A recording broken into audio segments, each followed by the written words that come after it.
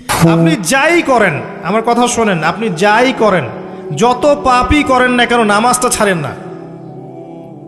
নামাজটাই আপনাকে ইনশাআল্লাহ পাপ থেকে দূরে রাখবেই ইনশাআল্লাহ।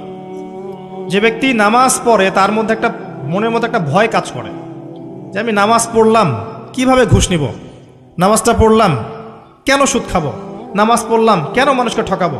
তার মনের ভিতর কিন্তু একটা সারা একটা নকিং হবেই। ইন্না সলাতা তানহা আনিল ফাহশাই ওয়াল মুনকার, সালাত আপনাকে সমস্ত অশ্লীল এবং গর্হিত কাজ থেকে বিরত রাখবে ইনশাআল্লাহ। নামাজটা ছাড়েন না, যত পাপ করছেন করেন, আমি বলি নামাজ ছাড়েন না। ইনশাআল্লাহ একদিন নামাজই আপনাকে পাপ থেকে বের করে আনবে ইনশাআল্লাহ।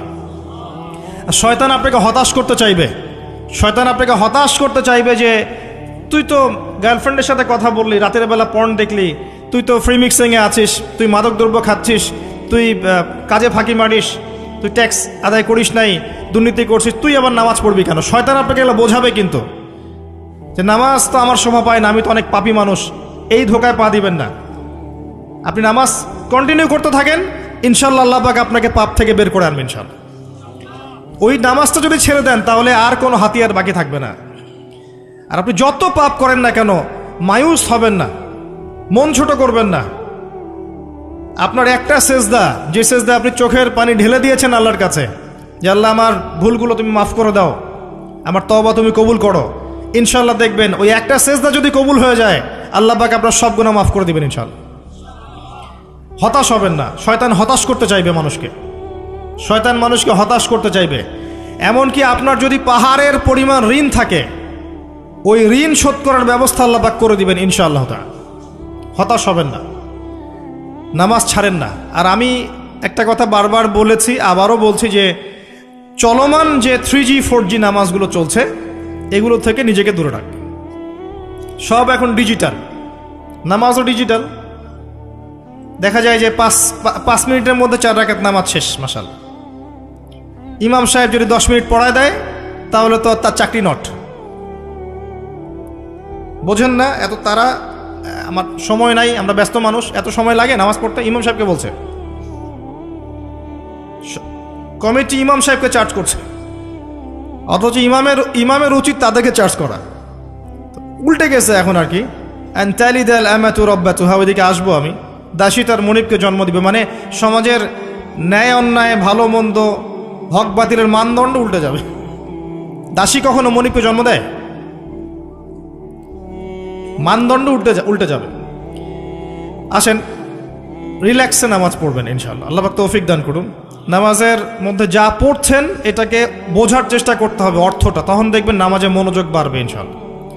তার আগে অজুটাকে ভালো করে করবেন, তাড়াহুড়া করে অজু করবেন না, রিল্যাক্সে অজু করেন। অজুর অঙ্গগুলোকে সুন্দর করে ধন।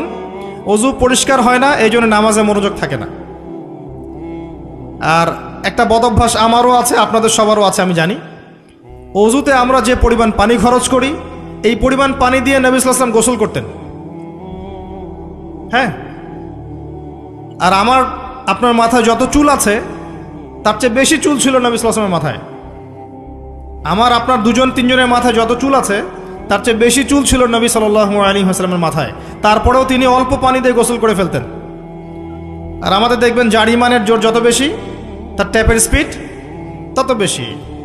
মসজিদে যাবেন দেখবেন জোরে ট্যাপ ছেড়ে দিয়েছে, অজু করতেছে। একজন মানুষের গোসলের পানি দিয়ে একাই অজু করে ফেল। পানির লেয়ার দিন দিন নেমে যাবে আমাদের এই পাপের কারণে। কুল আরাআইতুম ইন আসবাহা মাউকুম গাওরা, সূরা মুলকের শেষ আয়াত পড়ে দেখেন। বলুন হে নবী, তোমরা যদি কখনো সকালে উঠে দেখো যে পানির স্তর সব নিচে নেমে গেছে, পানি নাই, ফামাইয়াতিকুম বিমাইন মাইন, কোন সেই সত্তা আছে তোমাদেরকে পানি এনে দিবে, প্রবাহমান পানি। দিন দিন ঢাকা শহর সহ বড় বড় যে সিটিগুলো আছে এগুলোর পানির লেয়ার নিচে নেমে যাচ্ছে। আমাদের অপচয়ের কারণে এমন হচ্ছে। প্রচুর পানি আমরা অজুতে অপচয় করি। গোসল দেখবেন শাওয়ার নিচ্ছে, ওই যে আমাদের ডিজিটাল ইয়াজুজ আর মাজুজের বাথরুম যেগুলো আছে, পানি চোষা বাথরুম, মানে 10-20 বালতি পানি দিয়ে শাওয়ার নিয়ে নিবি। হ্যাঁ, আর মহিলা হলে তো কথাই নাই, আরো 10 বালতি এক্সট্রা লাগায়।